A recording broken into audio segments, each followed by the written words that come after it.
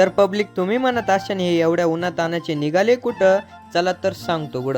तर कसं आहे पब्लिक, बरेच दिवस झाले होते आपण घरी गेलेलो नव्हतो. आता आपल्याला जायचं होतं घरी. मस्त गेलो आम्ही बस स्टँडवरती आपली बस बघण्यासाठी. इथं नेहमीप्रमाणे आज पण बस नव्हती हो. मग काय नाविलाजाने आम्ही आलो होतो व्हॅननी. आता डायरेक्ट आलो होतो आपण गावामध्ये येणार होते आपल्याला पप्पा घ्यायला. मस्त घे पप्पा आले आणि डायरेक्ट आलो घरी. आल्यावरती तुमचा हो काय शांत बसणार काय, नारळवरती नारळ बघितलं आणि डायरेक्ट आपला खुपी हात्यावर घेऊन डायरेक्ट झाडावरती चढलो.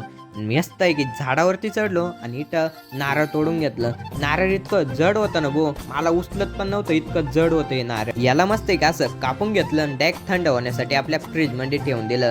थोडं थंड झाल्यानंतर पिऊ म्हटलं. नंतर मस्त की आम्ही आलो होतो डोंगरे कुडायला. घरी आल्यावरती करण ब्लॉगरला कामच राहत नाही, असंच कधी होणारच नाही. मम्मी डायरेक्ट एवढं उन्हात आणत मला डोंगरे कुडायला घेऊन आलेली होती. इतकं ऊन पडलेलं होतं ना बेकार. डायरेक्ट घरी आल्यावरती घरचे माझ्याकडनं इतकं काम करून घेतात बो, विशेष बेकार. डायरेक्ट थोडे डोंगरे खोडून बसावं म्हटलं तर लगेच घरच्यांनी माझ्याकडे हा वेळा दिला आणि डायरेक्ट जाऊन म्हणे खोंड घेऊन ये. मग काय नाविलाजाने डायरेक्ट आलो खोंड कापण्यासाठी. इथं मस्त की खोंड कापून घेतलं. आता भारा घेऊन आता निघालो होतो घरी. आजचा ब्लॉग थोडा जरी चांगला वाटला असं ना, कमेंट करा, लाईक करा, शेअर नक्की करा, तेवढं फॉलो करून घ्या बरं का.